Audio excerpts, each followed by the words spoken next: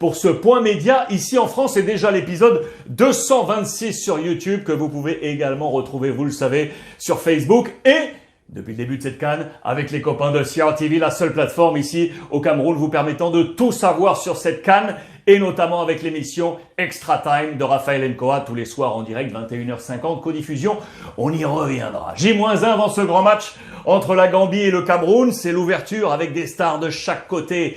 Barrow, Moussa Barrow de Bologne. Et en face, le capitaine, monsieur Vincent Aboubakar, le meilleur buteur de la sélection et bien évidemment le meilleur buteur de cette Coupe d'Afrique des Nations pour le moment. Le temps pour moi de vous rappeler qu'on se retrouve tous les soirs, vous le savez, 19h heure française, du lundi au vendredi pour votre libre antenne. On discute ballon, vous activez la petite caméra de votre téléphone, vous téléchargez l'application Brut Live, elle est gratuite dans l'App Store, bientôt disponible sur Android et tous les soirs on discute ballon ensemble où que vous soyez sur la planète. Tous les soirs c'est un véritable régal et ce grâce à vous. L'actualité donc à J-1, on a de l'actualité sportive, économique, sociale sur toute la presse continentale. J'ai fait une sélection avec, regardez ici, la nouvelle expression, les Lions doivent rassurer face à la Gambie. Les Lions sont là, qualifiés effectivement, mais dans chaque match, que ce soit en phase de poule ou en huitième de finale, on a eu des petites défaillances, que ce soit en défense, sur l'axe du milieu de terrain également. Là, on se dit que on entre dans le vif du sujet, il faut aller marquer des points et rassurer tout le monde. Et puis ici, regardez la suite, bien évidemment, de ce deuil national qui a marqué encore et encore la compétition en marge de la rencontre du Cameroun en huitième de finale. Cette bousculade, 8 morts, des dizaines de blessés. Et puis derrière, le jour d'après, ces enquêtes menées par la CAF pour savoir si oui ou non il fallait réouvrir le stade d'Olembe, suspendu, vous le savez, à titre conservatoire. C'était la décision de la commission présidée par le président de la CAF. Enfer et résurrection. Résurrection. On est en train de se poser la question si les garanties sont apportées d'ouvrir ou non, de réouvrir le site d'Olembe qui avait abrité la cérémonie d'ouverture et tous les matchs du Cameroun jusqu'à présent. Vous le voyez, c'est en page intérieure et à la une, la CAN de l'intégration. On va y revenir parce que il y a un souci notamment sur le point économique. Vous pouvez vous en douter. Regardez même à l'international, ici la presse française avec le quotidien L'Équipe, la délocalisation qui fait mal. La CAF a déplacé un quart de finale et une demi-finale de Douala à Yaoundé. Et même si le match Cameroun-Gambie, dont on va parler demain, y est maintenu, la capitale économique accuse le coup. La capitale économique accuse le coup. Évidemment, puisque l'enceinte d'Olembe, les commerçants qui étaient autour, avaient validé le projet également pour développer économiquement. Avec cette fermeture, tout est à l'arrêt. Regardez notamment dans la presse camerounaise de ce matin, une petite poussière et pourtant accumulée, c'est ce qui fait qu'aujourd'hui l'équilibre financier, économique autour de ce stade et de cette ville, de cette capitale économique est en train de vaciller. Entre manque de moyens financiers des supporters et l'évolution de la compétition, les raisons évoquées par les commerçants démontrent à souffrir que la commercialisation des équipements de la CAN ne favorise pas les recettes escomptées. Vous l'aurez compris, on est en problématique large commerciale du côté de cette Coupe d'Afrique des Nations autour de cette suspension de l'enceinte d'Olembe. Affaire à suivre, si réouverture ou non. Si on en vient sur le plan sportif, Cameroun-Gambie. Cameroun-Gambie. C'est la troisième fois que les équipes se rencontrent. Il y a un petit avantage historique pour le Cameroun. Les Lions sont là. Ils se préparent face au Scorpion. Je vous le rappelle, l'animal sur le blason de la formation gambienne. Il y a beaucoup de choses.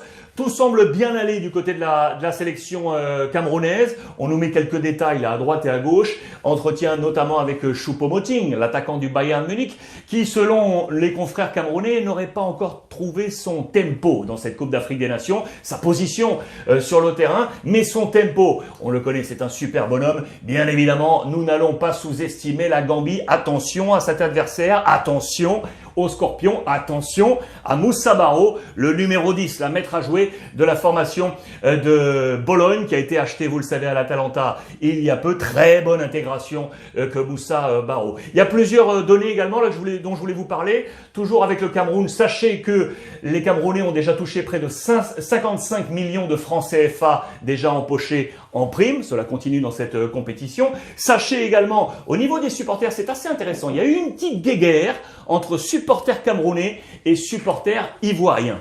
Pourquoi? Je vous explique. Regardez, le public de Douala n'a pas toléré le soutien public des Ivoiriens aux Comoriens, accusant le pays organisateur, soit le Cameroun, de ne pas avoir joué franc jeu sur les tests Covid. Vous le savez, cette fameuse histoire avec les gardiens comoriens. Et du coup, les Ivoiriens n'ont pas trop aimé ça. Il y a eu une discorde entre les Camerounais et les Ivoiriens. Voilà pourquoi les Camerounais auraient été supporters de l'Égypte dans le match entre la Côte d'Ivoire et l'Égypte. Et l'Égypte qualifiée, vous le savez. Petite guéguerre à distance, bien entendu, je dis ça avec le sourire. Des nouvelles également rassurantes de Mané, l'homme fort du Sénégal. Vous le savez, choc tête contre tête dans son huitième de finale. On a appliqué le fameux protocole commission qui avait été labellisé par la FIFA depuis la dernière Coupe du Monde. Il suit ce protocole sanitaire. Sachez qu'à l'heure de la publication de ce papier, le hockey médical pour voir Mané à dispo pour jouer le quart de finale n'était pas encore tombé, mais il va bien. Les tests cliniques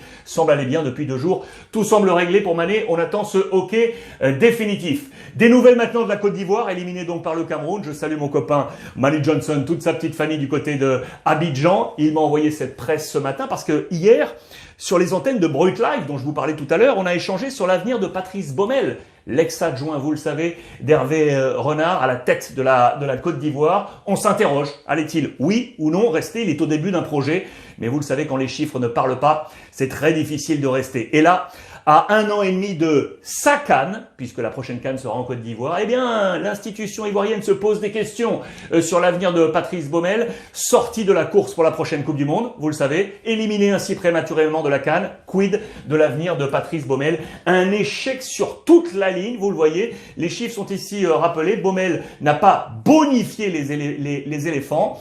Alors après 2 ans à la tête des éléphants, on pourrait se voiler la face avec ses 10 victoires, 4 défaites et 2 matchs nuls. Cependant, on n'oubliera pas l'élimination mondiale 2022 et la sortie prématurée au Cameroun. Voilà qui est dit, voilà qui est clair. C'est la presse ivoirienne de ce matin.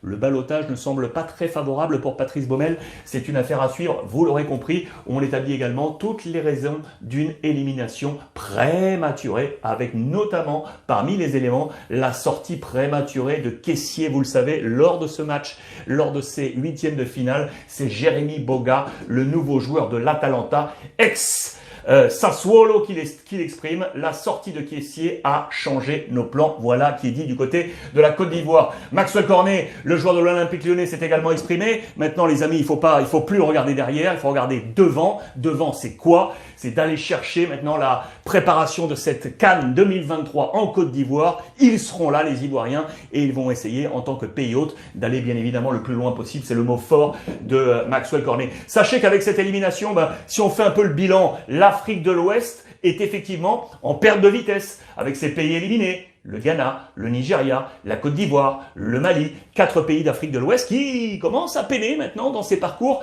de Coupe d'Afrique des Nations. Et je vous donne enfin petite information transfert. Regardez, ça c'est sympa. C'est également avec la Côte d'Ivoire. Lui, vous le connaissez, Wilfried Bony, l'attaquant super puissant. Et ça fait un petit moment qu'il était sans club. Il faut le savoir, il va retourner aux Pays-Bas. Il était libre de tout contrat depuis novembre 2020, après un passage du côté de Etihad FC, c'est en Arabie Saoudite. Il a 33 ans aujourd'hui. Et bien, il va retourner aux Pays-Bas. C'est un grand nom du football européen qui va aller faire un dernier baroud d'honneur peut-être. Voilà, du côté des Pays-Bas. Et lui, Ghislain Conan, qui file du côté de Fenerbahçe. Les informations sont tombées depuis 24-48 heures. Vous le savez, il était rémois. Il va filer donc à Fenerbahçe, élu meilleur latéral gauche des phases de poule de cette CAN 2021. Il va pouvoir filer directement maintenant que la Côte d'Ivoire est éliminée. Les tests médicaux organisés. Intéressant pour lui, c'est la 2e équipe la plus titrée de la Super League avec 19 titres et le club stambouliote